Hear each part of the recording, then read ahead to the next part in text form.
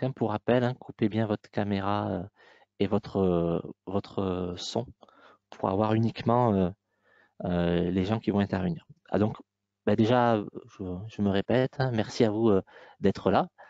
On entame notre 5e épisode de notre cycle de webinaires sur les tiers-lieux et la ruralité. On a, durant ce cycle qui s'est ouvert en janvier, pu aborder la thématique des tiers-lieux et notamment des spécificités de ces tiers-lieux dans les territoires ruraux. À travers les différents webinaires qu'on a pu voir, effectivement, sur les derniers webinaires, c'est vrai que un des éléments qui s'est dégagé, c'est les spécificités des tiers-lieux ruraux, qu'on a pu voir au travers du modèle économique, de l'hybridation des activités, mais aussi avec la dimension de cohésion et de lien social qui était développée à travers ces dispositifs. Et puis on a vu effectivement que dans cette dynamique, dans cette démarche de tiers-lieu, un certain nombre de défis étaient à relever. Celui de la coopération, notamment entre les collectivités et les associations ou porteurs de projets, qui est une des conditions de réussite de ces tiers-lieux. La question de la gouvernance aussi, sur les modalités effectivement de prise de décision dans ces dynamiques de tiers-lieux ruraux. On a vu aussi le lien qu'il pouvait y avoir entre les espaces de vie sociaux et les tiers-lieux, en montrant effectivement les points communs, mais aussi les points de divergence, avec effectivement la plus-value d'un tiers-lieu par rapport à ce type de dispositif. Et donc effectivement, l'ensemble de ces défis ont pu être traités au cours de précédents webinaires que vous pouvez retrouver. On mettra le lien à la fin sur la chaîne YouTube pour ceux qui n'ont pas pu les suivre. Alors aujourd'hui, la thématique qui va être abordée, c'est la thématique de l'innovation au sein des tiers-lieux ruraux. Et pour ce faire, on va avoir un animateur, comme à chaque fois, un nouvel animateur qui va prendre la main. Donc aujourd'hui, l'animateur du webinaire, c'est Thomas Bureau de la Fédération nationale Famille Rurale, qui est conseiller technique à la Fédération nationale et principalement en charge des questions en lien avec le numérique et qui est aussi membre de l'équipe projet Portail, qui accompagne les fédérations et les porteurs de projets euh, sur le terrain depuis maintenant 2 ans. Donc Thomas, je vais te laisser la main si tu veux bien. Oui, bonjour à toutes et à tous, et puis merci beaucoup à Famille Rurale de la région de Nouvelle-Aquitaine pour l'organisation de ces mardinaires. Là, c'est le 5e mardinaire où on a l'occasion de se retrouver. On a 1h30 ensemble pour aborder ce sujet de l'innovation et l'innovation dans les tiers-lieux, avec un objectif finalement triple. Premier objectif, c'est de savoir pourquoi les tiers-lieux sont des espaces d'innovation. Alors d'innovation ou d'expérimentation, on va le voir avec nos intervenants. Justement, on parlera des fois d'innovation, des fois d'expérimentation. Le deuxième objectif, c'est avoir une vision des différentes initiatives innovantes dans les tiers-lieux ruraux. Et pour ça, on va s'appuyer sur des témoignages, sur des retours d'expérience du terrain. Et puis, le troisième objectif aussi, c'est de connaître les nouvelles pratiques et les nouveaux services qui ont pu émerger pendant et après le confinement, donc sujet vraiment prédominant actuellement. Pour ça, nous avons la chance d'avoir plusieurs intervenants aujourd'hui, au nombre de 5 ou de 6. Alors je fais une aparté aussi à mort parce que j'ai reçu 2 messages justement d'un intervenant, même de 2 intervenants, de Franck et puis de Bruno, qui n'arrivent pas à se connecter. Donc s'il y a possibilité de leur renvoyer le lien. Donc là, c'est les aléas, on est vraiment sur les aléas du direct, c'est très bien, mais en même temps, ça va me laisser le temps. Ouais, Thomas, si je peux me permettre, pour mon collègue de la région, c'est pas une question de lien, c'est que nos portables pro sont limités et on n'a pas accès à GoMeeting. Donc, je lui ai fait part là de ce blocage. Il va essayer de se connecter avec son téléphone. Eh ben c'est parfait. Et puis je vois Franck qui vient de se connecter, donc ben on est bon. Ben, je vais présenter, si vous voulez bien, les 5 intervenants avant de leur ben, laisser la parole. Je vais commencer par Clélie Albert. Alors Clélie, toi tu es, je vais me permettre de te tutoyer parce qu'on se connaît bien, on a travaillé ensemble dans nos précédents postes. Clélie, tu es chargée de développement territorial chez Ubique. Et Ubique, pour ceux qui ne connaissent pas, c'est un centre de ressources et de coopération pour tous les acteurs de l'inclusion numérique en Nouvelle-Aquitaine. Et vous travaillez à la fois pour les associations et les collectivités, avec 3 missions principales, qui est l'animation territoriale, la formation et puis l'accompagnement de projets. Deuxième intervenant, justement, bah, qui prenait la parole, c'est Loïc Michaud. Donc, merci beaucoup Loïc d'être présent. Loïc, vous travaillez à la délégation numérique au sein de la région Nouvelle-Aquitaine et vous êtes référent tiers-lieu, e-santé et inclusion numérique, donc multicasquette. Et donc vous serez également accompagné, bah, je l'espère, d'un de vos collègues qui est Bruno Duchadeuil. Je l'espère aussi. Troisième et quatrième intervenant finalement, parce que ce sont des salariés au sein de familles rurales qui travaillent bah, sur le terrain dans des tiers-lieux. Donc bonjour à Stéphane Van Steen, qui est femme manager au sein du tiers-lieu famille rurale l'Atelier du Palais, qui est situé à Bellac en Haute-Vienne. Et Stéphane, bah, tu es femme manager, tu animes des web radios, des ateliers numériques, ainsi que le Fab Lab avec du matériel spécifique, et tu nous en diras un mot tout à l'heure. Et on accueille également Mélodie Revel. Donc Mélodie, bonjour. Et Mélodie, tu es chargée de mission facilitatrice au sein du relais famille à Obja, qui est en Corrèze. Donc c'est une association famille rurale. Et le relais est implanté sur le territoire déjà depuis 2007. Vous avez un agrément famille espace de vie sociale depuis 2016 et puis tiers-lieu depuis 2019. Et toi, tu as un rôle d'accueil, de coordination et d'animation de l'ensemble des actions au sein du tiers-lieu. Et puis tu fais le lien également avec les élus, les partenaires, les bénévoles et les habitants. Et enfin, dernier intervenant pour ce mardinaire, c'est Franck Burderon. Bonjour Franck. Et Franck, alors vous êtes multicasquette aussi parce que vous êtes directeur d'Ocalia, mais également enseignant à l'Université Lyon dans le cadre d'un Master 2 sur le développement rural. Et puis par ailleurs, vous êtes aussi l'un des fondateurs des Interconnectés, qui est un réseau national des territoires innovants. Et juste avant de commencer, peut-être pour dire un mot aussi sur Ocalia, hein, Ocalia qui est un bureau d'études qui est basé à Lyon, Toulouse et dans la province de Namur en Belgique, et vous accompagnez les collectivités et les acteurs publics sur des questions de transition. Et vous intéressez plus particulièrement à 3 sujets, le numérique, les nouveaux lieux collaboratifs que sont les tiers-lieux et les écosystèmes innovants. Et Franck, vous venez aussi de terminer une étude nationale pour le compte de la Banque des Territoires sur l'innovation en milieu rural. Donc c'est certain, vous allez nous dire un mot justement pendant ce webinaire.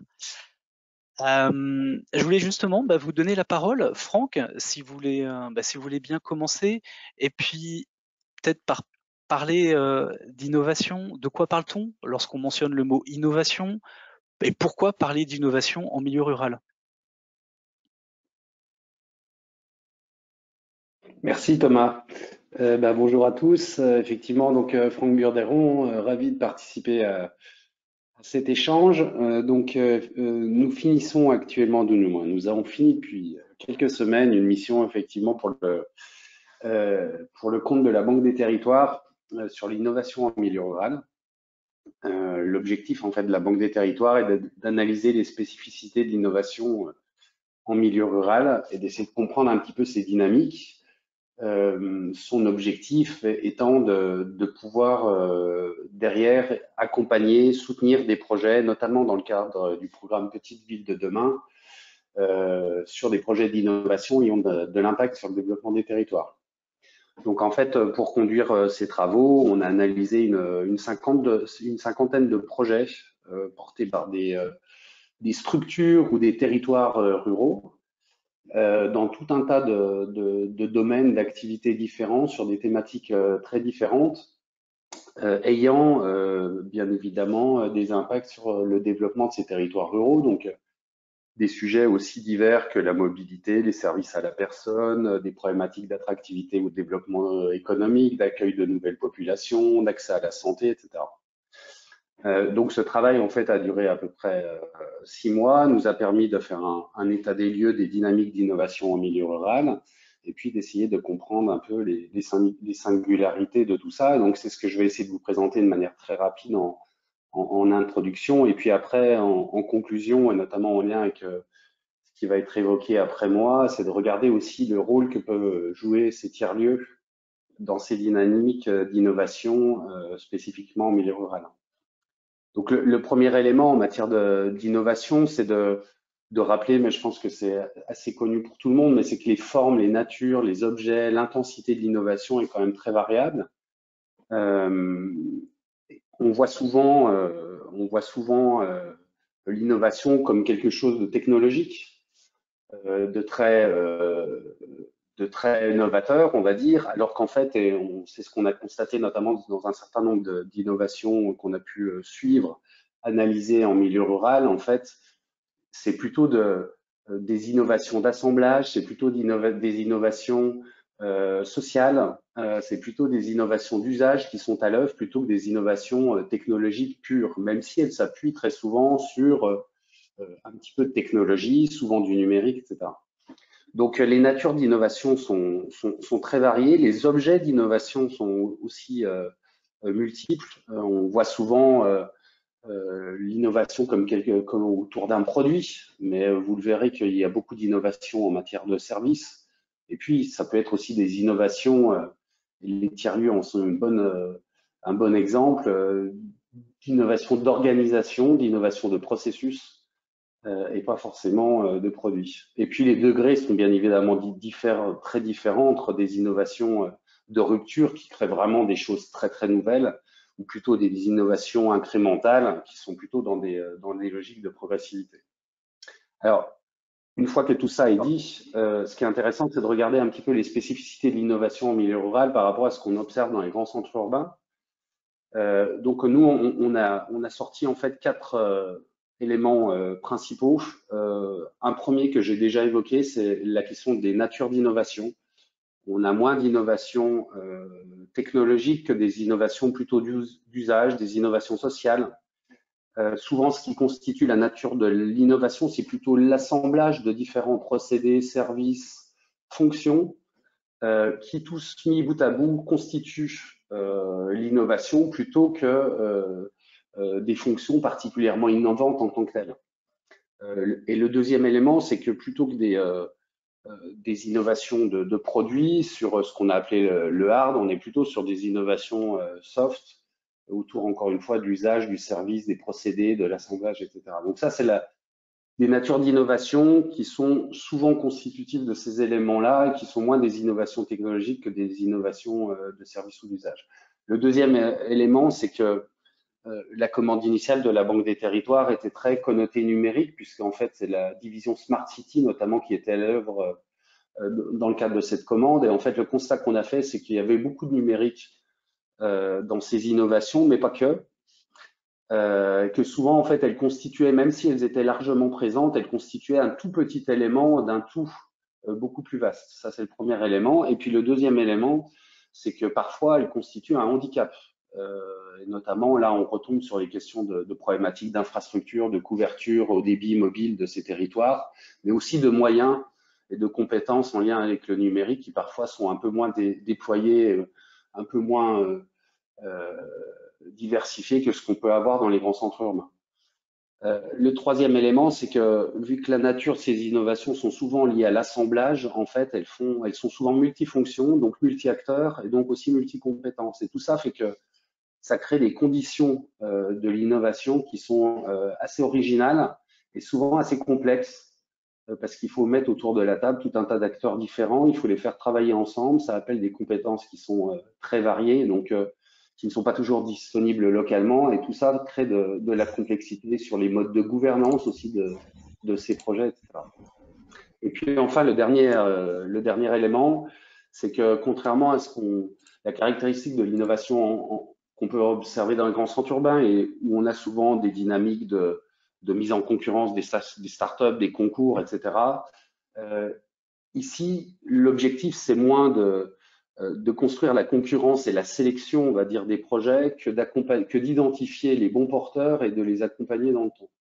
Et donc l'enjeu est moins de sélectionner que d'accompagner ces projets. Il existe beaucoup de projets, mais il y a une forme d'autocensure qui est plus fréquente que ce qu'on observe dans les grands centres urbains en matière d'innovation et qui nécessite du coup de l'accompagnement, de l'encouragement et des dispositifs qui soient entre guillemets bienveillants. Donc voilà en gros de manière, j'ai pas beaucoup de temps, mais de manière très rapide, les 4 grandes dimensions, les 4 grandes singularités de l'innovation en milieu rural. Merci Franck pour cette présentation, je dirais, d'introduction en fait à ce webinaire. Je sais que à la fois la région Nouvelle-Aquitaine et puis Ubique voulait également intervenir sur peut-être sur une définition ou peut-être pour aller dans le vif du sujet de quoi parle-t-on concrètement quand on parle d'innovation dans un tiers-lieu. Et pour rappel aussi, à tous les participants, vous pouvez poser vos questions ou réagir également dans le chat. Hein. Donc on vous invite à participer et puis on aura des temps dédiés là tout au long de ce webinaire pour relever les questions et y répondre. Je ne sais pas, est-ce que Loïc ou Clélie peut-être sous un angle peut-être davantage numérique, évidemment, parler d'innovation. Oui, merci. Effectivement, c'est vrai que nous, on a vraiment Ubique, de par notre partenaire fondateur qui s'appelle ATIS, Association de Territoire Innovation Sociale, que certains connaissent peut-être. Vraiment, ça résonne effectivement ces questions plutôt d'innovation sociale, innovation organisationnelle, là, qui étaient citées en introduction. Et finalement, c'est un petit peu complètement ça. Un des exemples, moi, qui me parlait pas mal à ce niveau-là, on voit bien que sur certains territoires ruraux, il y a un phénomène un peu de désertification, la fermeture des guichets de services publics, de lieux aussi de lien social. Et pour certains territoires, développer des tiers-lieux, c'est aussi remettre des guichets, mais sous une autre forme aussi. Et là, on est vraiment dans la question dans l'innovation sociale, c'est-à-dire vraiment inventer des solutions sur des besoins qui sont plus couverts sur le territoire. Pour citer un exemple concret, il y a l'espace Coquelicot qui est basé à Sérignac-sur-Garonne dans le Lot-et-Garonne, donc qui est vraiment en ruralité. À l'époque, il y avait un bureau de poste dans le village avec un certain nombre de services publics. Et donc, quand il a été décidé de fermer ce bureau de poste, l'équipe communale avec aussi les habitants ont souhaité développer ce tiers-lieu où il y a à la fois du coup, ça a permis d'être un peu de créer un relais de guichet poste, mais surtout aussi d'avoir un espace donc d'aide aux démarches administratives dématérialisées où on peut venir pour faire ces démarches. Mais c'est pas les tiers-lieux ce qu'ils amènent, c'est qu'ils vont quand même plus loin qu'un guichet, qu'un simple guichet administratif. Et c'est aussi un lieu de socialisation où on va pouvoir venir travailler, mais aussi organiser ces réunions avec son association locale. On va venir pour une démarche et puis on va découvrir que finalement, il y a d'autres ateliers qui se passent dans le lieu. Enfin, je cite le Coquelicot, mais il y en a plein d'autres.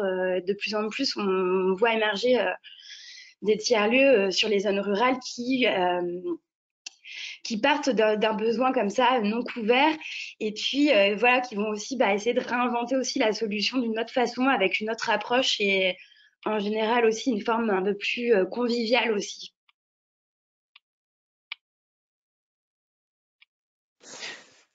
Est-ce que Loïc voulait compléter aussi sur bien sûr, compléter et puis faire peut-être un témoignage?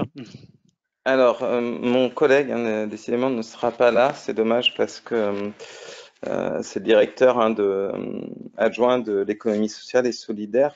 Et cette direction de la région a un appel à projet axé sur l'innovation sociale. Donc, voilà, il vous présente ses excuses. Oui, je rejoins pleinement l'intervention de Franck et de Clécly hein, sur l'innovation dans les tiers-lieux en milieu rural. Nous, cette politique autour des tiers-lieux, on l'a menée depuis 2011 à l'échelle de la région Nouvelle-Aquitaine. Et pour dresser un bref bilan, on est passé de 90 tiers-lieux à 300 tiers-lieux à peu près, hein, c'était en début d'année. Nos élus nous avaient fixé un objectif de 300 tiers-lieux sur cette fin d'année 2021. On est à 290, pour pas dire 300. Donc, on arrivera très largement à cet objectif avant la fin d'année.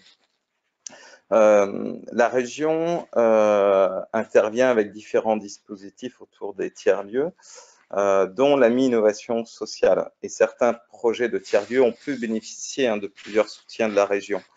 Nous, ce qu'on a constaté depuis 2016, c'est une nette évolution des activités des tiers-lieux et je rejoins pleinement tout à l'heure ce que disait Monsieur Burduéron sur la dimension d'innovation autour des services. Lorsqu'on a commencé à accompagner les projets de tiers-lieux en 2016, on était principalement sur des projets de bureaux partagés ou de Fab Lab autour du numérique. Et depuis 2 ans, voire 3 ans, on a eu une nette évolution sur les tiers-lieux hybrides qui mêlent tout un tas d'activités parce que les tiers-lieux, et en tout cas leurs porteurs de projets, ont su répondre aux besoins des territoires et des porteurs de projets. Et ça, c'est vraiment une dimension très importante des tiers-lieux qui ont su ne pas rester figés dans leur raison d'être autour des nouvelles formes de travail.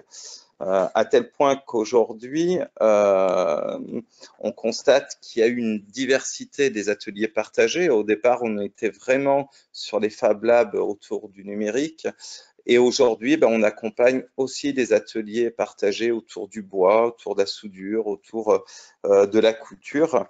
Et petit à petit, les tiers-lieux se sont diversifiés. Moi, je me souviens, en 2016, on se posait du rôle des tiers-lieux dans l'inclusion numérique. Et c'était pas un virage que les tiers-lieux avaient pris. Et là, aujourd'hui, depuis 1 an, eh bien, les tiers-lieux se sont dit en fait qu'ils allaient se saisir de cette question, de l'accompagnement des publics dans leur démarche du numérique.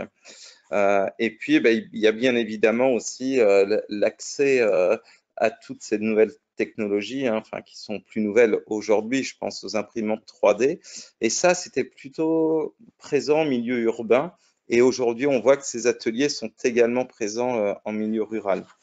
Et puis là, depuis 1 an, on voit vraiment de nouvelles activités aussi s'installer au sein des tiers-lieux. Et je pense par exemple aux activités autour de l'économie circulaire. Là, depuis 1 an, on a financé 3 tiers-lieux qui sont vraiment source d'innovation.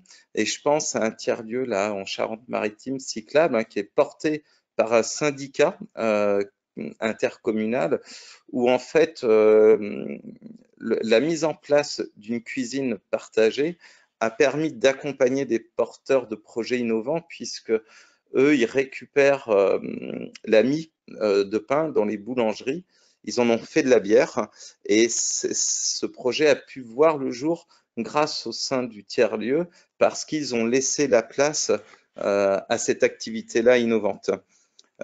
Et puis, il y a aussi un domaine d'activité dans lequel les tiers-lieux innovent, qu'on n'avait pas vu venir du tout en 2016. C'est toute la question liée à l'alimentation, liée à l'agriculture de proximité, dont les tiers-lieux ont su se saisir sous différentes formes. Ensuite, il y a également un autre point en termes d'innovation, c'est la question dans leur lien avec le territoire et avec les collectivités locales. Nous, on a toujours mis l'accent sur l'importance de travailler avec soit les communes, soit avec des communautés de communes, alors plutôt sous la forme de soutien des élus. Et aujourd'hui, on assiste vraiment à une co-construction des projets en fait avec ces collectivités locales. Moi, je me souviens d'un projet là qui était sur une agglo en 2016. On était vraiment sur une dynamique descendante. C'était un bureau partagé. 2018, on a assisté à un Fab Lab qui était, comment dire, un peu co-construit avec les porteurs de projets. Et là, en fait, 2021, l'agglo, en l'occurrence, mais ce qui est possible en agglo est possible aussi en milieu rural, eh bien, lance une démarche de co-construction sur 2 ans avec l'ensemble des acteurs du monde culturel autour de la création d'un tiers-lieu hybride. Donc, je pense que les tiers-lieux ont aussi su amener de l'innovation dans la co-construction des projets avec les élus du territoire.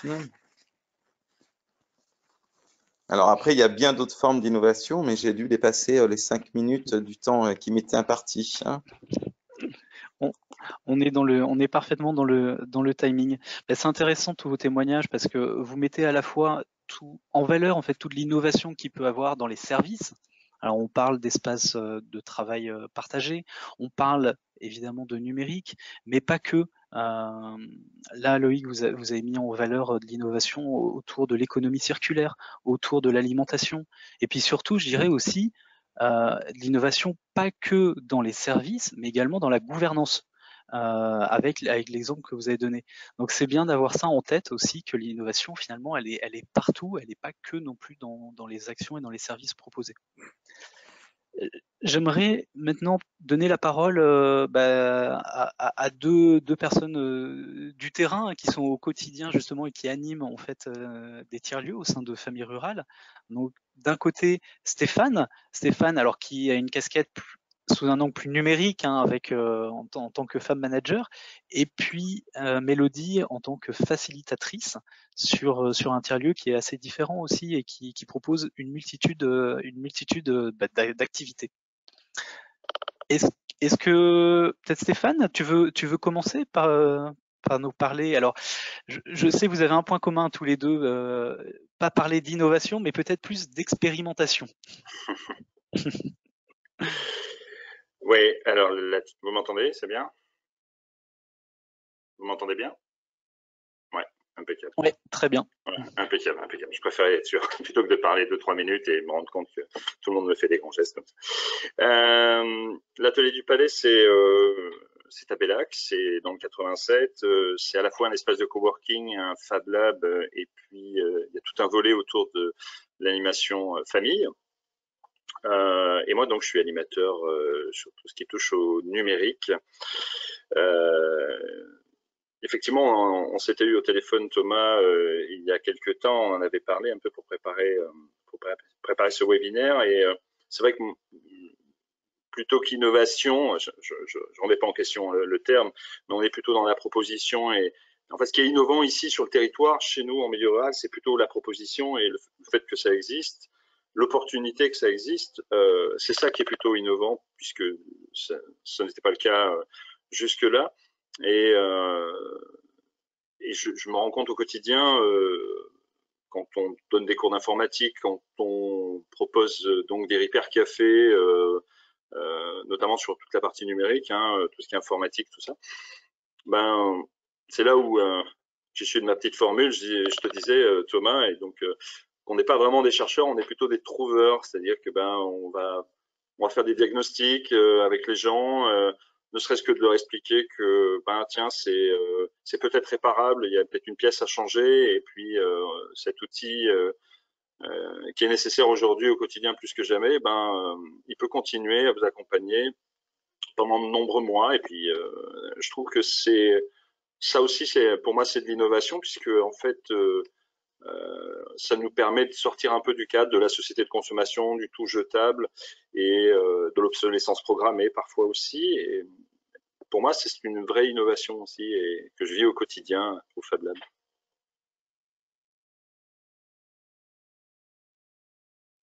Thomas? Et est-ce que tu peux nous en dire plus peut-être sur tes activités au quotidien?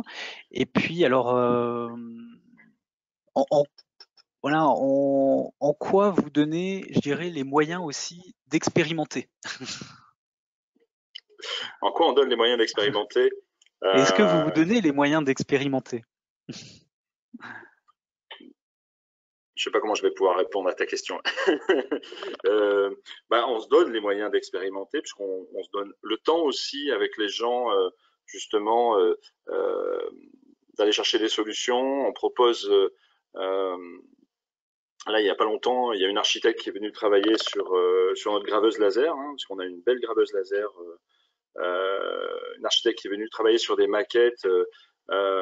Et pour elle, c'était une vraie chance parce que sur notre territoire, il y en a vraisemblablement qu'une. Elle est ici. Et sinon, ça veut dire qu'il fallait faire 50 ou 60 km.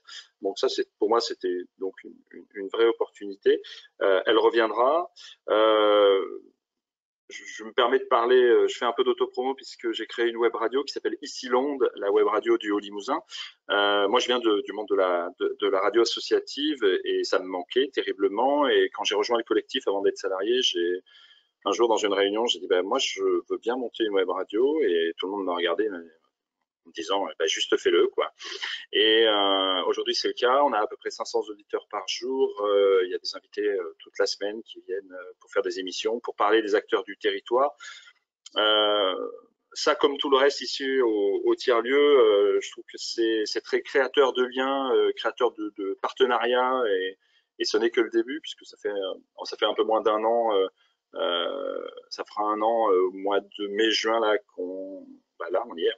Qu'on a eu les clés du tiers-lieu et je trouve qu'on a déjà de chouettes résultats. On communique énormément sur Facebook notamment. Je ne sais pas si j'ai vraiment répondu à ta question, Thomas, en fait. Si, et puis c'est bien de mettre en valeur par exemple la web radio, parce que typiquement au sein de ce tiers-lieu à Bellac, hein, l'atelier du Palier, c'était expérimental, hein, et se dire on va tester et on va voir comment ça peut être mis en place. Surtout, c'est quand même pas tout à fait dans les services proposés généralement par le mouvement famille rurale, hein.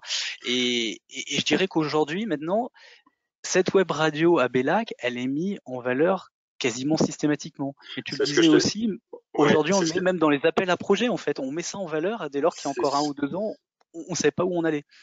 Quand j'ai démarré au mois de juillet l'année dernière, il y avait un côté un peu exotique au développement, à la construction de ce projet de web radio. Aujourd'hui, c'est effectivement, c'est dans tous les projets qu'on mène, c'est-à-dire il y a cette partie puisqu'on a créé un média et c'est formidable. Comme j'aime à le dire, techniquement, j'aurais pu faire ça dans ma cave ou dans mon garage, mais de le faire ici au tiers-lieu, c'était un vrai plus pour moi, mais c'est un vrai plus aussi pour le tiers-lieu. Et puis, il y a des gens qui viendront là à la web radio qui ne seraient pas venus au tiers-lieu et qui ont découvert toutes les opportunités qui sont proposées et qui reviennent ou qui reviendront. Et donc, encore une fois, c'est vecteur d'opportunités et créateur de liens. Et ça s'écoute en streaming. Je vous mettrai le lien si vous voulez. Ça s'écoute en streaming, en podcast, enfin, comme une web radio. On va donner la parole à Mélodie aussi pour avoir un deuxième témoignage. Donc là, on va passer de la Haute-Vienne à la Corrèze avec peut-être la présentation du tiers-lieu, le relais. Et puis, Mélodie, savoir, vous, en quoi vos activités finalement sont innovantes et puis qu'est-ce que vous proposez au quotidien? D'accord. Donc nous, c'est vrai qu'on est au niveau du relais, on est un lieu vraiment multi-activités. Il y a vraiment des activités pour tous les acteurs d'une même famille, mais on reste avec une ligne directrice vraiment qui est le partage de savoir. Donc on a beaucoup d'activités, essentiellement autour de l'aide au savoir, l'accompagnement à la scolarité, les cours d'alphabétisation, français langue étrangère, conversation anglaise.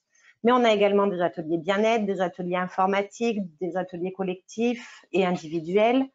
On a de l'aide aux démarches en ligne, des ateliers de job café, custo textile, repair café également. Donc, vous voyez, ça crée vraiment une multitude d'activités proposées qui vont permettre à tous les acteurs de pouvoir trouver une activité au sein du relais. Et ça permet de pouvoir mettre en relation également des personnes qui n'ont pas vocation, en temps normal, à se rencontrer et à créer vraiment ce lien social qui n'existe pas en fait au sein d'Obja actuellement.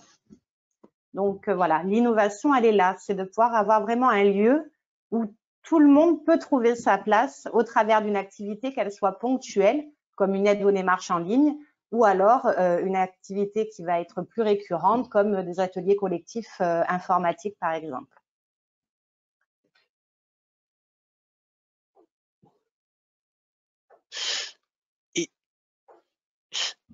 Et est-ce que derrière, enfin c'était bon, peut-être une question aussi, la même question que Stéphane, mais justement, en quoi vous avez l'impression aussi d'innover ou d'expérimenter dans ces lieux? Est-ce que c'est à travers la multitude d'actions que vous proposez? Ouais, de quelle manière ça peut répondre, surtout, je dirais, aux besoins des habitants? Alors, c'est-à-dire qu'en fait, du coup, il n'y a rien réellement qui est figé. On est ouvert à la construction de toute activité en fonction du besoin identifié. Quelqu'un vient et nous dit qu'il a besoin d'apprendre ou alors de faire traduire une lettre en allemand, par exemple, puisqu'on a eu le cas il y a 15 jours. Et bien, du coup, on va voir par rapport aux usagers, aux bénévoles, on va faire une mise en relation en fait de tout notre réseau de personnes qu'on côtoie au quotidien pour pouvoir trouver la solution en fait à la demande qui a été créée.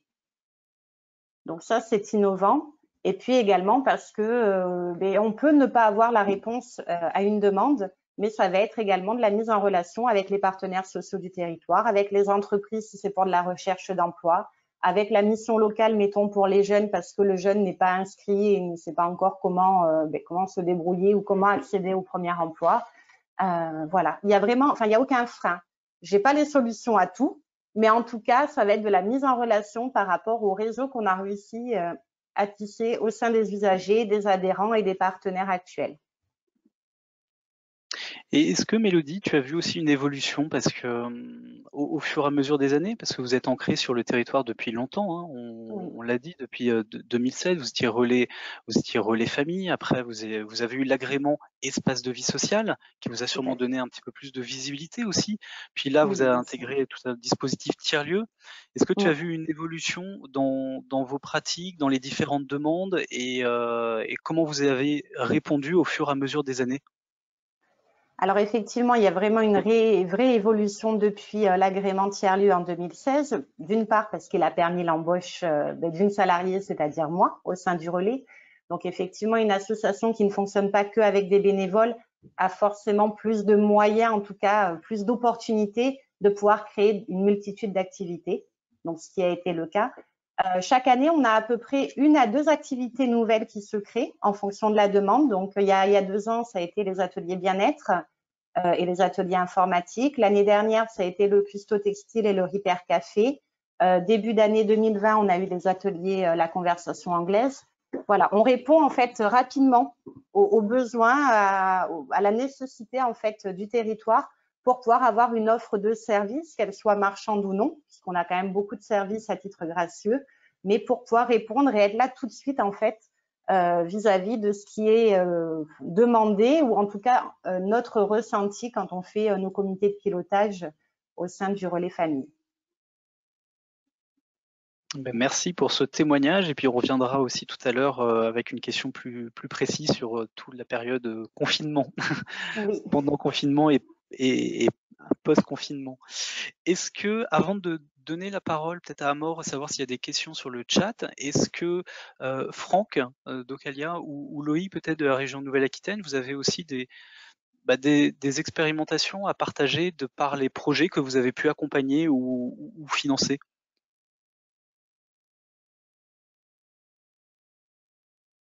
Oui, j'en ai plein d'exemples. On est arrivé à 300 tiers-lieux. C'est pas des exemples qui manquent. Moi, je rejoins effectivement tout à l'heure Moi, j'aime bien cet exemple-là de Flaya en Creuse, où en fait les habitants s'étaient fédérés pour reprendre le café du village, ce qui est souvent le cas pour des tiers-lieux au milieu rural, dernier lieu de rencontre et d'échange. Et puis au départ, c'était vraiment cette idée-là d'avoir un lieu pour se rassembler. Et je pense que quand ils ont créé ce lieu-là, ils devaient être très loin d'imaginer ce qu'ils deviennent, puisqu'aujourd'hui, c'est à la fois un espace café associatif, culturel, et en fait, là, ce que j'ai trouvé bien dans ce lieu, c'est que c'est là aussi la Poste qui est venue les voir pour devenir le relais, en fait, comment dire, postal dans le village. Ensuite, il y a eu également d'autres services qui ont été mis en place et c'est devenu un lieu de rencontre intergénérationnelle. Et à chaque fois, les tiers-lieux, je trouve, savent faire preuve d'adaptabilité pour répondre aux besoins des territoires et répondre à l'ensemble des attentes et des besoins de la population.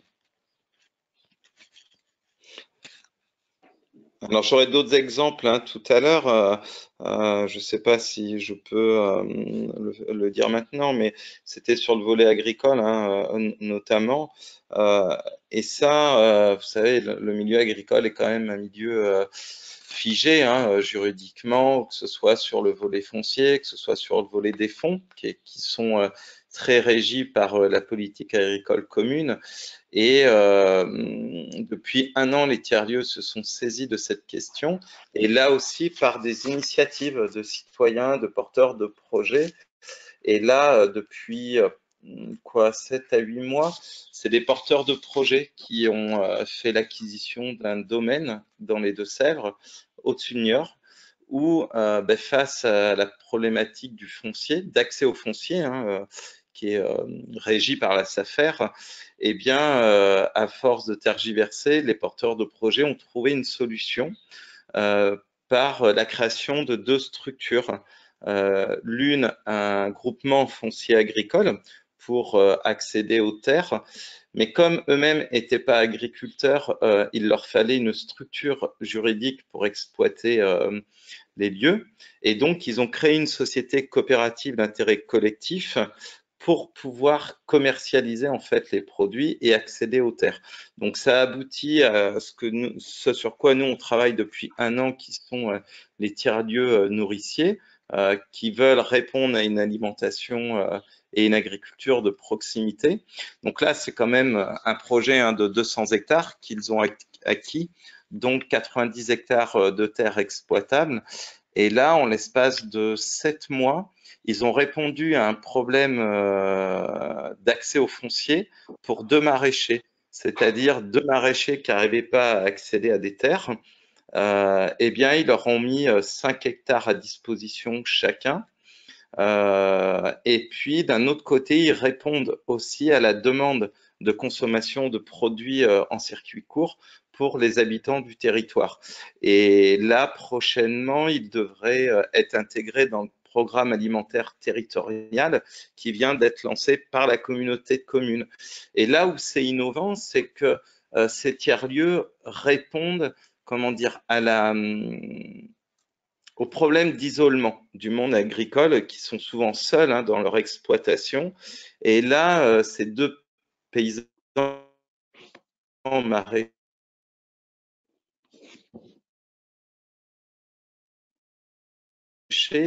peuvent bénéficier de l'accompagnement des porteurs de projets, du collectif, mais aussi répondre à des problématiques quotidiennes. Là, ils vont mettre en place ce que nous on appelle, mais en fait, c'est ce qu'on appelle, non, c'est ce qui existait autrefois, mais qui n'existe plus, qui est remis à l'ordre du jour, ce qu'on appelle les ateliers paysans, où on retrouve aussi des ateliers partagés avec des matériaux, avec des outils. Et donc, cet atelier paysan va être du partage d'outils pour permettre aux maraîchers soit de construire leur propre matériel, auquel parfois ils ne peuvent pas accéder pour des raisons financières, voire réparer ce matériel à l'aide de makers qu'on retrouve dans les ateliers partagés. Et donc, ça, c'est une très belle initiative sur le territoire là, des Deux-Sèvres. Et cette question-là des tiers-lieux nourriciers, elle est de plus en plus prégnante dans l'univers des tiers-lieux.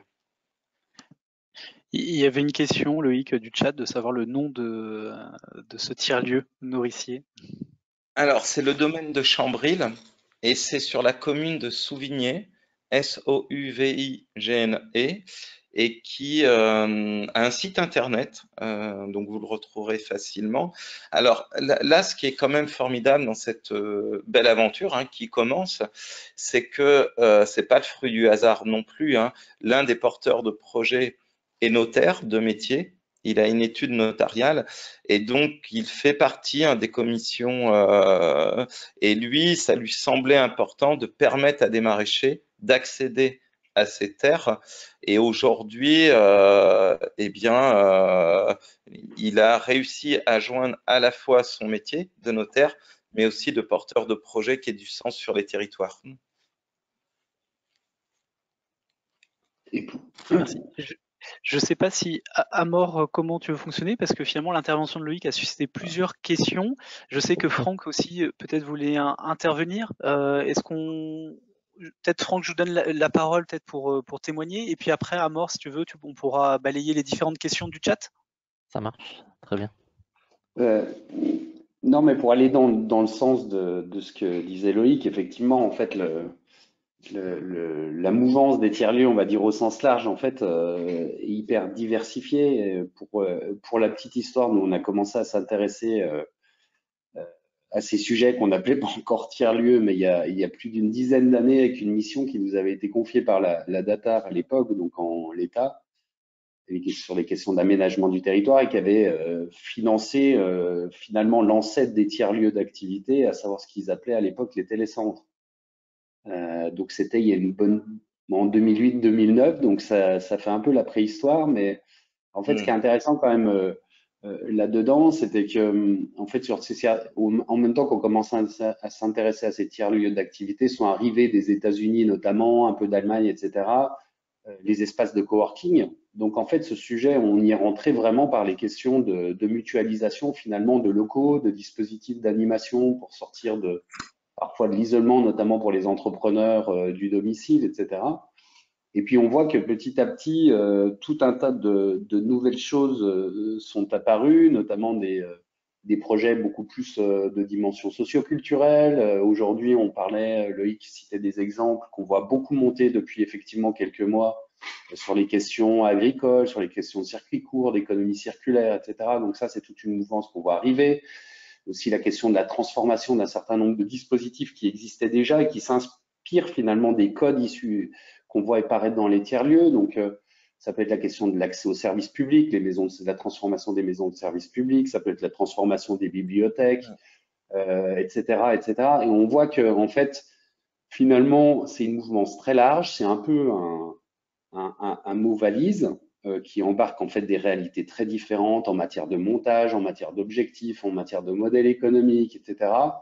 Que par contre, il y a quand même un certain nombre de similitudes et de points de passage un petit peu obligés qu'on retrouve systématiquement. C'est que, déjà, je vais ouvrir une porte ouverte, mais c'est la question du lieu. C'est qu'on est sur un lieu physique, concrètement, où les gens se croisent, se rencontrent. Ça, c'est le premier élément. Le deuxième élément, c'est que souvent, on est sur des principes de partage, de mutualisation, alors qu'ils vont plus ou moins loin. Au départ, on partageait simplement des bureaux. Et puis, on voit maintenant qu'il y a des projets qui partagent des choses très complexes en matière industrielle, artisanale, des équipements de pointe. Dans le domaine agricole, c'est pareil. On voit apparaître des projets avec notamment les questions du partage de communs, de création de communs, avec des équipements où en fait on va créer collectivement et dont les modes d'emploi vont être ouverts auprès de tout le monde. Donc en fait, il y a ce deuxième sujet de la mutualisation. Et puis si on tire le fil, on voit qu'on va beaucoup plus loin et ça permet de repenser beaucoup de manières de produire des choses, de créer des choses.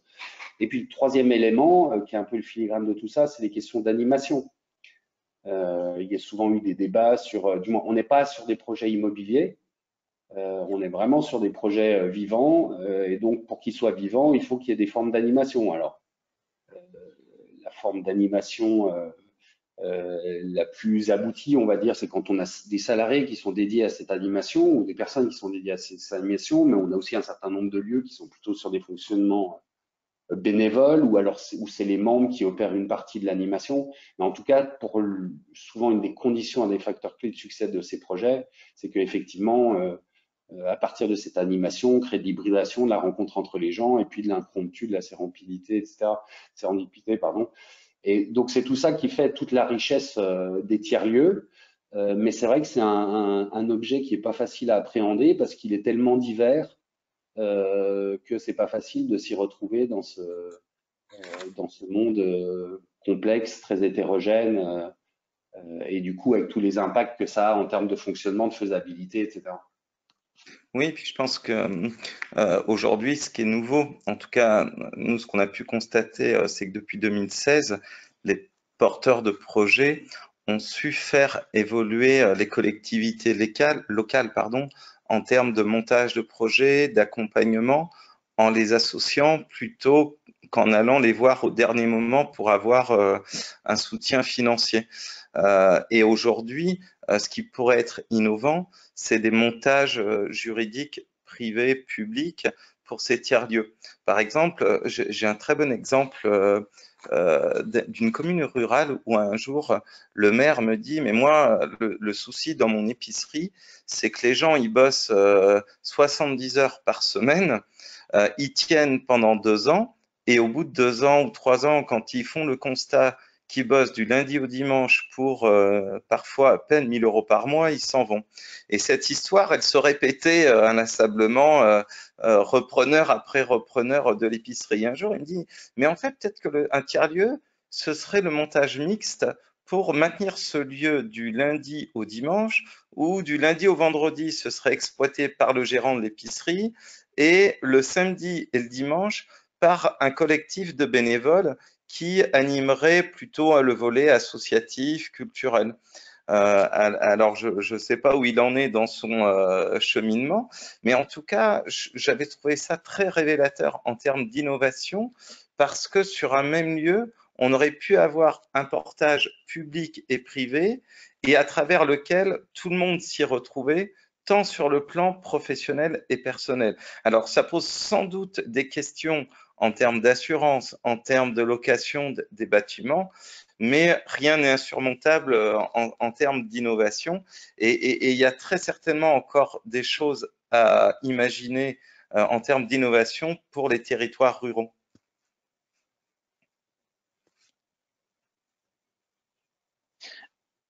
Je vous propose là qu'on passe peut-être au jeu des questions-réponses, parce qu'il y a beaucoup de réactions en tout cas sur le chat. Amorge, tu as pu lister les questionnements alors, et après Oui. ventiler à qui ça s'adresse.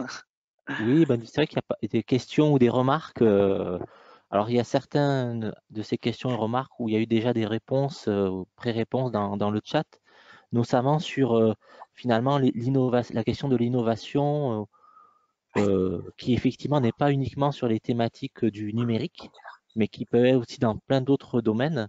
La question de la culture, du tourisme, on en a parlé de tout ce qui est valorisation des productions agricoles. Donc effectivement, Clélie a mis en avant un travail de la coopérative des tiers-lieux sur le tourisme.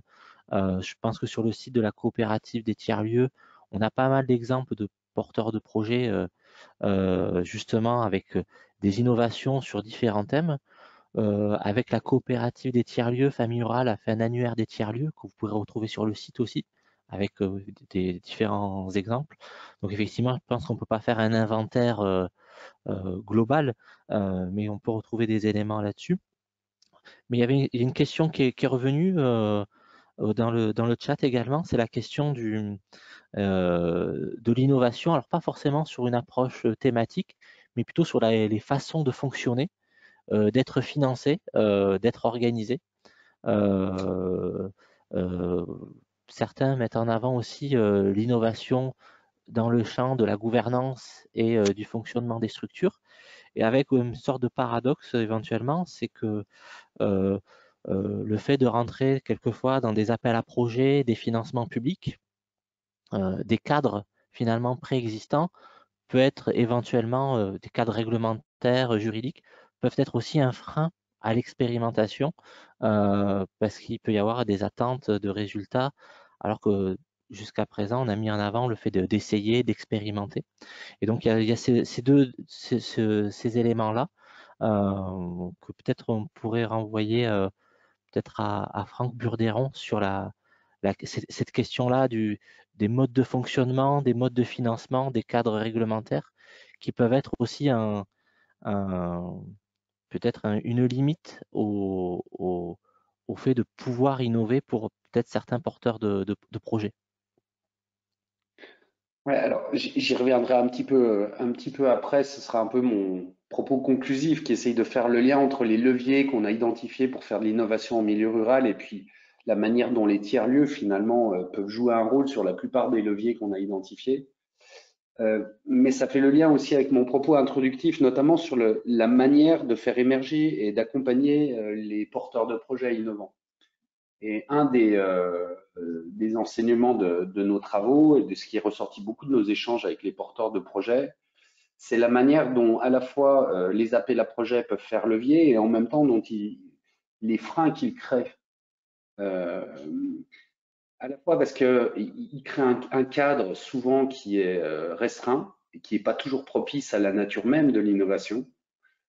D'autre part, les appels à projets sont souvent sur des périodes et par rapport à des dates qui sont prédéfinies à l'avance et qui ne collent pas forcément avec la manière là aussi dont les projets émergent, dont les projets se construisent, dont ils font fausse route, dont ils se transforment, dont ils rencontrent une nouvelle personne, qui leur font faire demi-tour, etc. Et qui pose un autre problème, c'est que souvent quand on va chercher des financements sur un projet, on les obtient et un des enseignements, et notamment en lien avec l'activité d'investisseurs, de financeurs de la Banque des Territoires, c'était de leur dire qu'il faut arriver à financer deux phases des projets qui sont très mal financés aujourd'hui, qui sont les phases d'avant-projet en fait, de l'idée au projet. Et puis les phases d'accélération des projets. En fait, ce qu'on finance, on a quasiment dans toutes les régions au niveau national et via tout un tas de dispositifs, on a beaucoup d'appels à projets avec encore une fois toutes les limites. Et est-ce que l'appel à projet, la manière dont ils sont montés sont la bonne manière de faire? Mais en tout cas, on a des financements qui sont récupérables par les porteurs de projets une fois qu'ils ont l'idée, qu'ils ont à peu près structuré le projet et qu'ils veulent le lancer. Par contre, avant, pour construire le projet, on a très peu de financement. Et quand le projet a fait ses preuves ou n'a pas complètement fait ses preuves et il faut le transformer, et ben là, il faut passer dans une deuxième phase de recherche de fonds. Et en général, là, il n'y a plus personne. En gros, si le porteur de projet n'a pas fait ses preuves dès la première étape, il est très difficile de refinancer le projet une deuxième fois. Or, que ce soit pour le transformer, parce que la construction de l'innovation, c'est souvent un processus d'aller-retour, de je fais un pas de côté, puis finalement je reviens au milieu, puis je rencontre une nouvelle personne.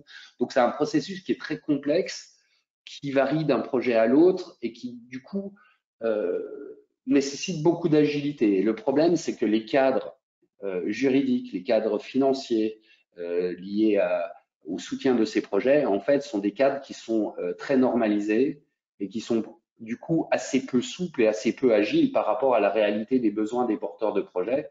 Et du coup, c'est une des complexités et qui explique que beaucoup de projets trébuchent, en fait, qui n'ont pas complètement fait leurs preuves dans un premier temps, mais qui sont plus très loin de la vérité et qui n'arrivent pas à se refinancer ou à trouver un second souffle pour aller plus loin parce que les dispositifs ne sont pas montés comme ça. Et après, est-ce que l'autre élément effectivement de contrainte, c'est à partir du moment où il y a les pouvoirs publics qui interviennent, et on sait que dans le champ de l'innovation sociale, c'est quand même souvent le cas, il y a aussi des cadres juridiques, des contraintes liées aux règles des marchés publics, etc., qui ne sont pas toujours très favorables, même si ça a évolué au cours des dernières années, qui ne sont pas toujours favorables à ces process d'expérimentation, d'innovation, etc. Donc il y a un autre qui est une des autres difficultés. Merci. Et du coup, peut-être pour faire suite aux questions du chat, c'est vrai qu'on a eu aussi pas mal de questions sur… Alors, juste pour rebondir sur l'intervention de Franck.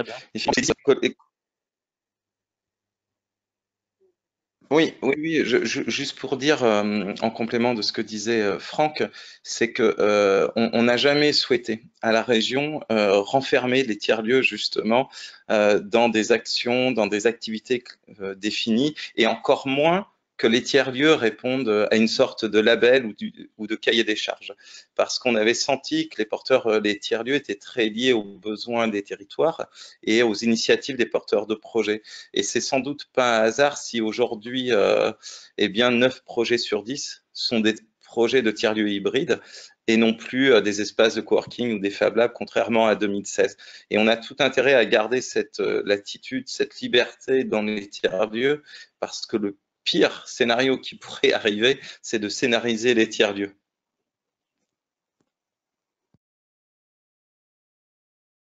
Peut-être toujours pour Loïc, du coup, parce que c'est vrai que tu as amené la question des tiers-lieux nourriciers, et c'est vrai qu'il y a pas mal de questions là-dessus, sur effectivement la nature de l'innovation à travers ce type de tiers-lieux, que ce soit au niveau finalement du type d'agriculture, de, de mode de distribution aussi, de rapport à l'alimentation que ça peut peut-être amener, et puis aussi peut-être dans l'innovation, peut-être sur le type de partenariat aussi, peut-être nouveau.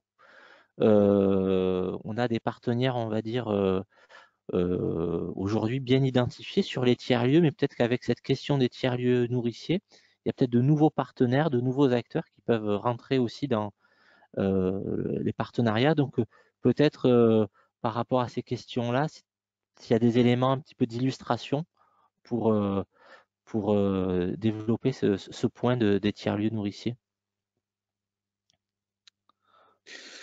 C'est un vaste sujet là, Amor, et tu me poses plein de questions auxquelles je vais essayer d'y répondre du mieux possible.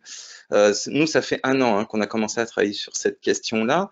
On n'est pas seul, la région a travaillé sur cette question-là, bien évidemment. On travaille avec tout un tas d'acteurs. Alors effectivement, il y a eu des nouveaux acteurs avec lesquels on n'avait pas l'habitude de travailler. Je pense à des acteurs comme Terre de Liens, Champ du Partage, les CIVAM, la FIPAR. Là, on commence à travailler aussi avec les chambres d'agriculture parce que depuis un moment, en fait, on n'avait pas réussi encore à faire bouger un peu les lignes. Et puis, c'était un petit peu nébuleux, la question des tiers-lieux nourriciers il y a 1 an.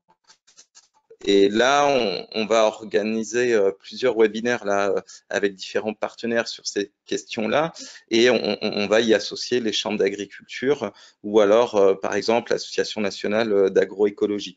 Donc oui, nos partenaires changent sur cette thématique-là. Et puis, il y a les partenaires locaux également avec lesquels on travaille. De plus en plus, on est sollicité par des communautés de communes qui parfois ont des terres également qu'elles voudraient, comment dire, destinées à l'agriculture de proximité, mais elles aimeraient bien aussi avoir un tiers-lieu. Donc nous, notre rôle, c'est de les sensibiliser, de les informer sur cette démarche-là des tiers-lieux nourriciers. Après, comme l'univers des tiers-lieux, il n'y a pas un seul tiers-lieu nourricier qui se ressemble aujourd'hui. Et il y a plusieurs façons d'être tiers-lieu nourricier. Alors, pour faire simple, le premier, c'est celui qui est géré par des professionnels, qu'ils soient maraîchers ou éleveurs, et qui, un peu lassés de leur isolement, décident d'ouvrir leur site à des collectifs citoyens. Et là, en fait, ces collectifs, plus souvent sous la forme associative, vont aider le maraîcher ou l'éleveur, ou parfois les deux, à organiser le marché des producteurs du vendredi soir. Ils vont l'aider à mettre en place de nouveaux services sur son site. Par exemple, ça va être l'organisation d'une soirée concert pour faire connaître le site, faire connaître l'ensemble des producteurs sur ce site. Sur d'autres lieux, ça va être la sensibilisation ou la formation du monde paysan à la vente en ligne, par exemple. Et puis ensuite, on a les tiers-lieux qui sont plutôt des démarches citoyennes, des tiers-lieux hybrides généralement, et qui vont s'intéresser à la distribution des produits locaux. Donc, ça va être là aussi la mise en place d'une boutique, par exemple. J'ai un très bon exemple là, à côté de La Rochelle. C'est dans un tout petit village de 600 habitants, la commune de Ballon, pour ceux que ça intéresse. Eh bien, eux, à leur échelle, ils n'avaient pas un site très très grand, mais ils ont décidé de mettre en place une boutique en ligne pour les producteurs locaux. Et donc, ils ont favorisé cette rencontre entre la demande des citoyens et les producteurs. Et aujourd'hui, je crois qu'ils doivent générer à peu près 50 000 € de recettes par an qui sont directement reversés aux producteurs locaux, hein. Il n'y a aucun bénéfice qui est pris par l'association. Et puis après, on a d'autres tiers-lieux qui s'intéressent à cette question de l'alimentation par la porte d'entrée des jardins partagés. C'est le cas, par exemple, des usines à Ligugé, qui est un tiers-lieu emblématique sur l'ex-Poitou-Charentes, qui était d'ailleurs au départ un espace partagé, un Fab Lab qui a su se diversifier. Et là, ils viennent de reprendre la gestion de 30 parcelles de jardins partagés avec tout un tas de formations à la permaculture, aux jardins respectueux. Et donc, c'est plutôt destiné à des publics en difficulté. Donc, ils ont travaillé, je crois, avec la CAF, avec Pôle emploi. Et donc, il y a toute une démarche de sensibilisation autour du manger mieux. Donc, il n'y a pas une seule façon d'intervenir pour ces tiers-lieux-là qui ont décidé de s'engager dans cette dynamique. Aujourd'hui, nous, à la région, on peut intervenir auprès de ces tiers-lieux via l'AMI tiers-lieux, mais uniquement lorsqu'il y a des bureaux partagés ou ateliers partagés. On l'avait proposé à nos élus l'année dernière d'intervenir sur cette question des terres partagées où des propriétaires de terres mettre à disposition les terres gratuitement à des maraîchers et vont leur permettre de partager à la fois des locaux et du matériel. Mais une fois de plus, on touche un sujet qui est très réglementé, hein, qui est celui de l'agriculture. Donc la notion de terre, enfin, une parcelle doit être fléchée à un agriculteur et pas deux. Donc là, on s'est, comment dire, confronté à des murs juridiques. Et donc, pour l'instant, la notion de terre partagée n'est pas encore à l'ordre du jour pour l'AMI tiers-lieu. Mais on va y travailler. Merci beaucoup Loïc pour ce focus sur les tiers-lieux nourriciers qui suscite énormément de questions. Il nous reste environ 15 minutes ensemble et avant de laisser la parole en conclusion à Franck, on avait un sujet en fait que je voulais aborder avec vous et une question très ouverte à l'ensemble des intervenants sur la question actuelle avec la période particulière qui est le confinement. Est-ce que depuis un an, ça a changé, vous avez changé dans vos pratiques?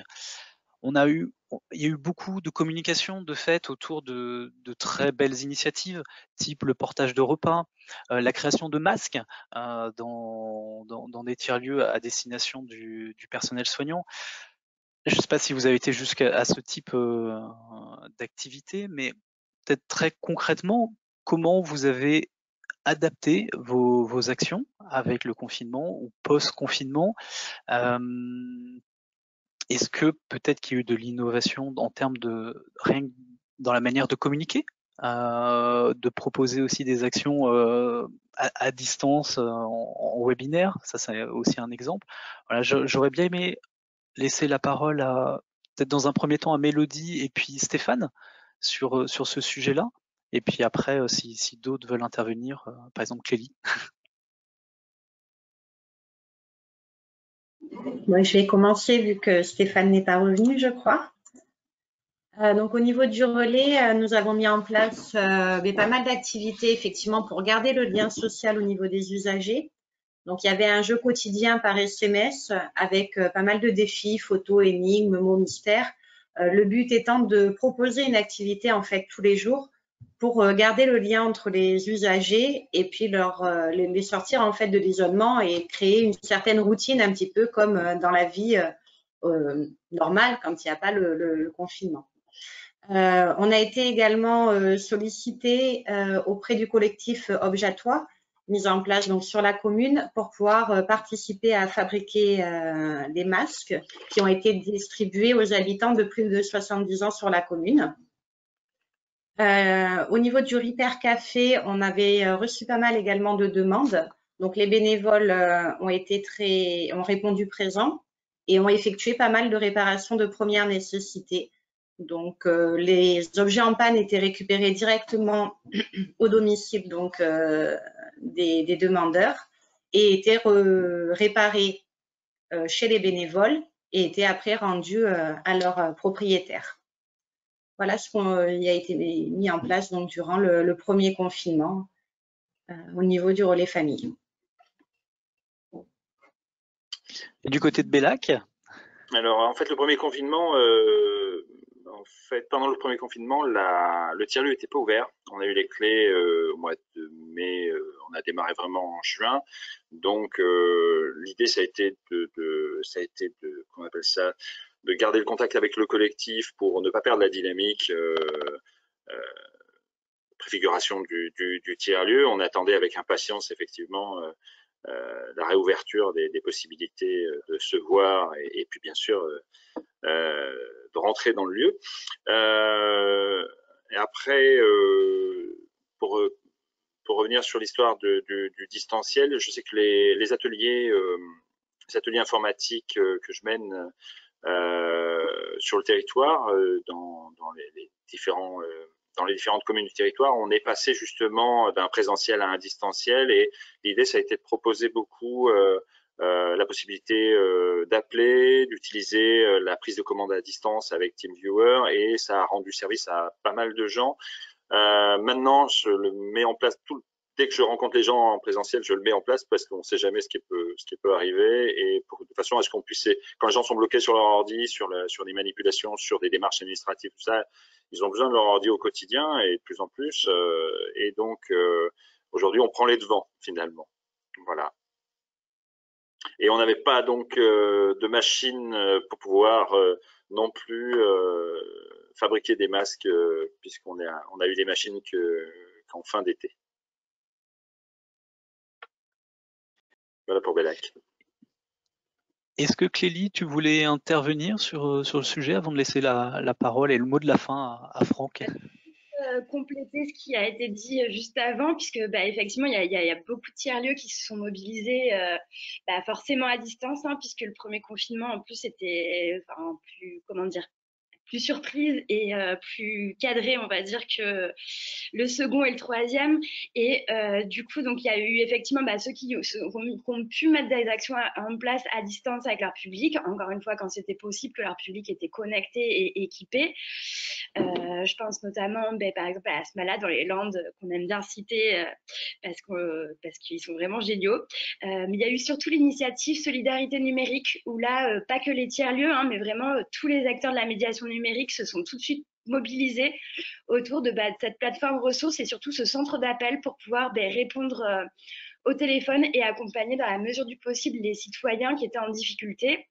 C'était sur des sujets vraiment hyper larges, mais évidemment, je pense que, le gros des demandes était quand même relatif à des démarches administratives, à la question de l'accès aux droits, mais pas seulement. Enfin, c'était aussi beaucoup, ça pouvait être aussi sur les usages, sur de l'installation aussi d'équipements, des choses comme ça. Et en Nouvelle-Aquitaine, il y a eu pas mal de tiers-lieux qui se sont mobilisés. Je pense à Eric Durand de la quincaillerie numérique, un tiers-lieu qui est basé à Guéret dans la Creuse, les équipes aussi de Net Solidaire sur la Charente-Maritime, ou encore de l'espace numérique Sud-Charente en Charente. Et puis il y a eu aussi quand même une prise de conscience massive sur notre sujet qui est l'inclusion numérique, du fait de ce confinement, pour tout un tas de sujets, de continuité du travail, continuité pédagogique. Et nous, on accompagne quelques tiers-lieux qui ont été sollicités justement dans le cadre, par exemple, de la continuité pédagogique. Il y a eu vraiment urgence, en fait, à équiper les familles qui étaient sous-équipées pour permettre que les enfants puissent maintenir l'accès à l'éducation. Et donc, par exemple, notamment, tout à l'heure, on parlait des Fab Labs et des makers, de tout ce qui est bidouille, économie circulaire. Il y en a beaucoup qui se sont mobilisés sur la fabrication de matériel sanitaire, mais aussi dans la foulée, en fait, il y a eu aussi ces acteurs-là qui ont aussi été mobilisés plutôt sur l'équipement. Équipement reconditionné avec distribution d'équipements reconditionnés, mais aussi accompagnement à la prise en main, installation et usage de la famille. Peut-être pour préciser aussi, ou apporter un complément, Clélie, sur la plateforme Solidarité Numérique, et dire que Famille Rurale s'est positionnée et s'est mobilisée sur cette plateforme. Parce au sein de notre réseau, nous avons des aidants numériques et il y a une vingtaine de personnes, en tout cas lors de ce premier confinement, il y a un an, qui sont intervenues. Et dire que cette plateforme est toujours d'actualité aujourd'hui. Tout à fait. Je vous enverrai les infos là, juste après dans le chat. Mais voilà, tout ça, je crois qu'il y a eu plus de 20 000, en tout cas sur le premier confinement, il y a eu plus de 20 000 appels qui ont été reçus. Il y a plus de 2000 médiateurs de toute la France qui sont quand même, c'était la semaine qui suivait le confinement, qui se sont mobilisés pour bénévolement pour la plateforme. Et aujourd'hui, elle fonctionne par contre avec des personnes qui sont salariées après cette urgence, mais elle est toujours active, effectivement. Et peut-être pour rajouter un mot par rapport à tout ce qui vient d'être dit, un des autres enseignements, mais qui est vraiment le prolongement de ce que vous venez de dire, c'est que au-delà des initiatives individuelles des lieux, notamment effectivement cet exemple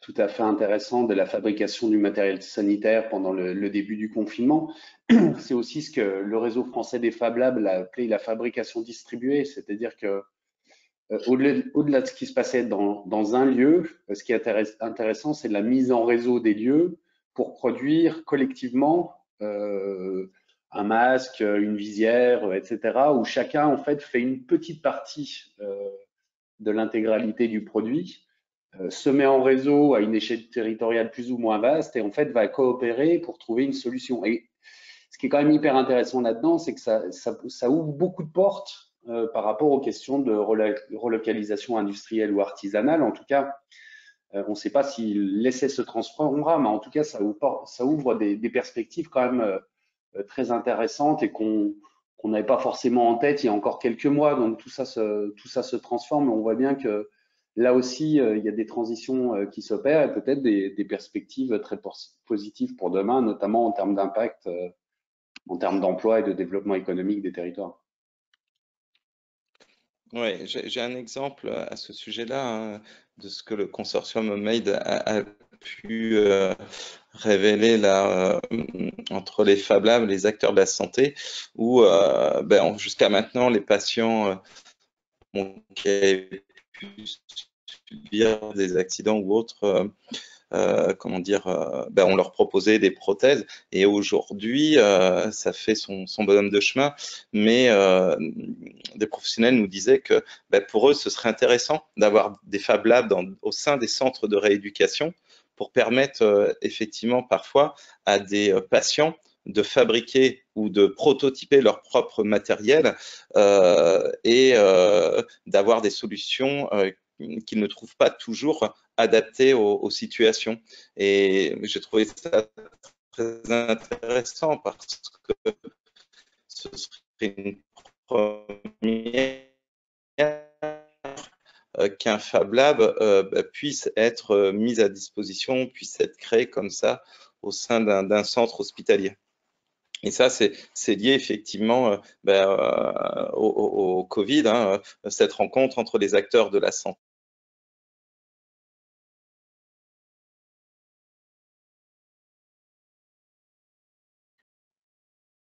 Loïc, j'ai l'impression qu'on t'a perdu, c'est un peu saccadé. Je ne sais pas si c'est que à mon niveau. Non, effectivement, ouais, on a un souci. Ouais, on a perdu Loïc, mais en même temps, je vois l'heure qui défile et je voulais quand même laisser la parole en mot de la fin aussi à Franck. Tu avais une diaporama à nous montrer, plutôt synthétique justement, sur le sujet.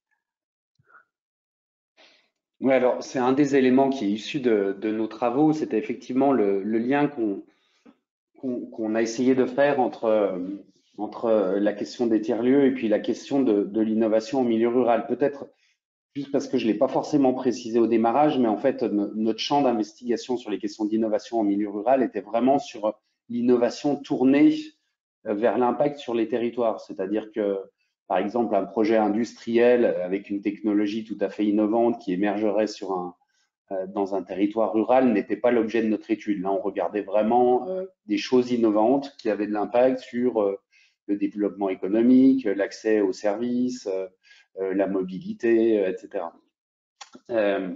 Donc, en fait, les conclusions de notre étude en termes de levier, en tout cas par rapport à l'accélération, on va dire, des démarches d'innovation en milieu rural, en fait, s'articulait autour de quatre grands sujets: la question des moyens, les méthodes, les réseaux et la communication. Et en fait, ce qui est assez intéressant, c'est que sur ces quatre sujets, finalement, les tiers-lieux ont leur rôle à jouer, et donc on voit bien qu'ils peuvent tout à fait être finalement des fabriques à innovation territoriale. C'est un peu d'ailleurs ce qui existe derrière le projet, du moins l'appel à projet Fabrique de territoire, hein. C'est vraiment au cœur de ce sujet-là aussi. Pour reprendre un petit peu ces éléments, ce qu'on avait au travers de la question des moyens, par exemple, c'était le constat qu'en fait, il existait tout un tas de moyens qui étaient disponibles en milieu rural, mais qu'on avait des vraies problématiques, soit de zones de carence à certains endroits, sur certaines compétences où il y avait par contre des manques. On a beaucoup de moyens, on fait d'ingénierie généraliste sur la conduite de projet, sur etc. Par contre, sur des compétences très thématisées, très pointues sur des sujets, par exemple, j'ai évoqué la mobilité, qui est un bon exemple. On n'a pas toujours ces moyens à disposition. On a souvent, bien évidemment, un niveau ou une intensité de moyens qui est quand même pas tout à fait la même que ce qu'on peut observer dans les grands centres urbains. Mais en fait, le gros problème sur les moyens, c'est plutôt l'articulation des structures entre elles, la lisibilité de ces moyens et la manière dont on crée plutôt de la complémentarité plutôt que des zones de recouvrement avec des trous dans la raquette à côté, quoi. Et de ce point de vue-là, le tiers-lieu, parce qu'il est un lieu physique, parce qu'il permet d'accéder à un certain nombre de dispositifs d'animation, de ressources humaines, est un bon moyen pour rendre lisible l'offre qu'il existe sur un territoire. Donc là, c'est un petit peu la fonction, on va dire, guichet d'entrée, porte d'entrée, guichet unique que peut jouer le tiers-lieu vers tous les dispositifs d'innovation qui existent ou les dispositifs d'accompagnement à l'innovation qui existent. Donc ça, c'est sur la question des moyens. Sur la question des méthodes, un des leviers qu'on a identifié, c'était la manière dont finalement on changeait la manière de faire de l'innovation en milieu rural, hein. C'est des choses, du moins, c'est pas propre au milieu rural pour le coup, mais peut-être qu'il y a encore plus de besoins à cet endroit-là parce que c'est des méthodes qui sont peut-être un peu moins à l'œuvre. Notamment tout ce qui est dispositif les méthodes collaboratives, les méthodes d'innovation ouverte, etc. Et on voit que dès qu'on rentre dans les tiers-lieux, en fait, c'est vraiment souvent des modes d'animation, de processus collectifs, etc., qui sont à l'œuvre, même parfois quand ils ne sont pas identifiés en tant que tels. En fait, naturellement, c'est des processus qui sont mis en œuvre. Donc, on voit que là aussi, les tiers-lieux peuvent jouer un rôle sur la diffusion de ces nouvelles méthodes qui partent des usages, qui partent des usagers pour concevoir des projets et répondre à des problématiques spécifiques, y compris de développement local ou d'aménagement du territoire. Le troisième sujet, alors ça, c'est bien évidemment, c'est au cœur des logiques de tiers-lieux, donc c'est la question des réseaux, c'est la question dont on crée des écosystèmes territoriaux qui fonctionnent ensemble, qui se parlent, qui échangent, qui travaillent ensemble plutôt qu'en concurrence, etc. Et donc, bien évidemment, que d'avoir des lieux physiques dans lesquels les gens se croisent de manière conviviale ou pour participer à un projet commun ou pour utiliser une machine, ou etc., etc. Bien évidemment que là, c'est un très, très fort accélérateur pour construire ces réseaux et faire en sorte que ce soit des réseaux qui fonctionnent bien et qui produisent des choses dans le sens, produisent des choses avec des impacts locaux, encore une fois, pour le développement de ces territoires. Et puis le quatrième levier, c'est la question de la communication, à la fois à l'interne vers le territoire, donc vers les usagers potentiels des projets qui sont développés, et puis aussi vers l'extérieur du territoire. Un des échanges qu'on a eu très nombreux avec les structures, notamment qui représentent le monde rural, c'est des formes un petit peu de, je ne sais pas quel est le bon terme, mais d'autocensure des acteurs du monde rural, de dévalorisation par rapport à la capacité à produire des projets comparativement à ce qu'ils peuvent observer et ce qui peut être médiatisé dans les grands centres urbains, etc. Et alors qu'il existe des choses tout à fait intéressantes, notables, particulièrement innovantes, il y a souvent cette forme de réserve un petit peu, et ces lieux sont un moyen de rendre tangible, visible et d'accélérer ces projets. Ils sont aussi des lieux pour communiquer les projets, pour revenir à un autre élément qui est hyper important, que j'ai déjà évoqué tout à l'heure, c'est la manière dont on crée des communs, en fait, sur ces questions d'innovation. Un des autres constats qu'on a fait, c'est qu'on a aussi beaucoup de projets de même nature qui émergent à peu près au même moment, un peu partout sur le territoire, qui parfois, ou même souvent, rencontrent les mêmes difficultés à peu près au même moment, et échouent, ou en tout cas rencontrent des difficultés pour à peu près les mêmes raisons. Et en fait, il y a assez peu, finalement, de structures, de dispositifs qui permettent de partager, qui permettent à un porteur de projet qui abandonne d'avoir quand même une documentation qui permet à une personne suivante de reprendre le projet là où il s'était arrêté pour l'améliorer, etc. Ou alors des projets qui rencontrent des difficultés identiques à des endroits différents du territoire national ou d'une région, de pouvoir être mis en réseau, etc. Donc là, il y a aussi un vrai rôle à jouer pour les tiers-lieux, qui joue assez naturellement, mais qui est peut-être à renforcer, même si on sait bien que c'est pas facile. Notamment la documentation du projet, c'est du temps et c'est assez compliqué à mettre en œuvre. Mais en tout cas, là, il y a aussi un vrai levier pour les territoires pour assurer cette communication autour des projets et cette mise en réseau des acteurs qui portent des projets innovants sur les territoires. Donc voilà, en tout cas, on voit bien que sur les leviers qu'on a identifiés par rapport à l'innovation de manière générale pour le milieu rural, on voit que les tiers-lieux jouent un rôle assez naturel sur l'ensemble de ces dimensions. Et on peut faire le pari qu'ils joueront un rôle important pour la transition et la régénération des territoires dans les années qui viennent. Et il est 17h30, Franck, c'est parfait, le timing est excellent. Merci beaucoup pour toutes vos interventions. Moi, si j'essaye de synthétiser en une phrase, finalement, c'est de tous vos témoignages, c'est que très clairement, les tiers-lieux sont le bon endroit pour innover. Et même la dynamique ou le terme tiers-lieu est lui-même en fait une innovation en tant que telle. Donc s'il faut retenir quelque chose, c'est ces deux notions en fait. Le bon endroit pour innover dans les tiers-lieux et la dynamique tiers-lieu est lui-même une innovation. Amor, je te relaisse la parole pour la synthèse et pour peut-être la présentation du prochain Mardinaire. Oui, merci. Bon, du coup, il n'y aura pas forcément de synthèse, mais surtout des remerciements pour tous les intervenants qui ont participé et qui sont intervenus durant ce webinaire. Merci à toi, Thomas, pour l'animation de ce temps. Et puis, surtout, vous donner rendez-vous, comme on le fait à la fin de chaque webinaire, à notre prochain webinaire, qui aura lieu aussi le premier mardi du mois prochain, donc le 1er juin. Sur une thématique sur la place, quelle place pour les jeunes au sein des tiers-lieux, au sein de nos territoires ruraux. Donc on vous invite, comme à chaque fois, à vous inscrire et à prendre date pour nous retrouver pour ce dernier webinaire de l'année pour nous, en espérant voilà, que vous avez plaisir à suivre celui-ci.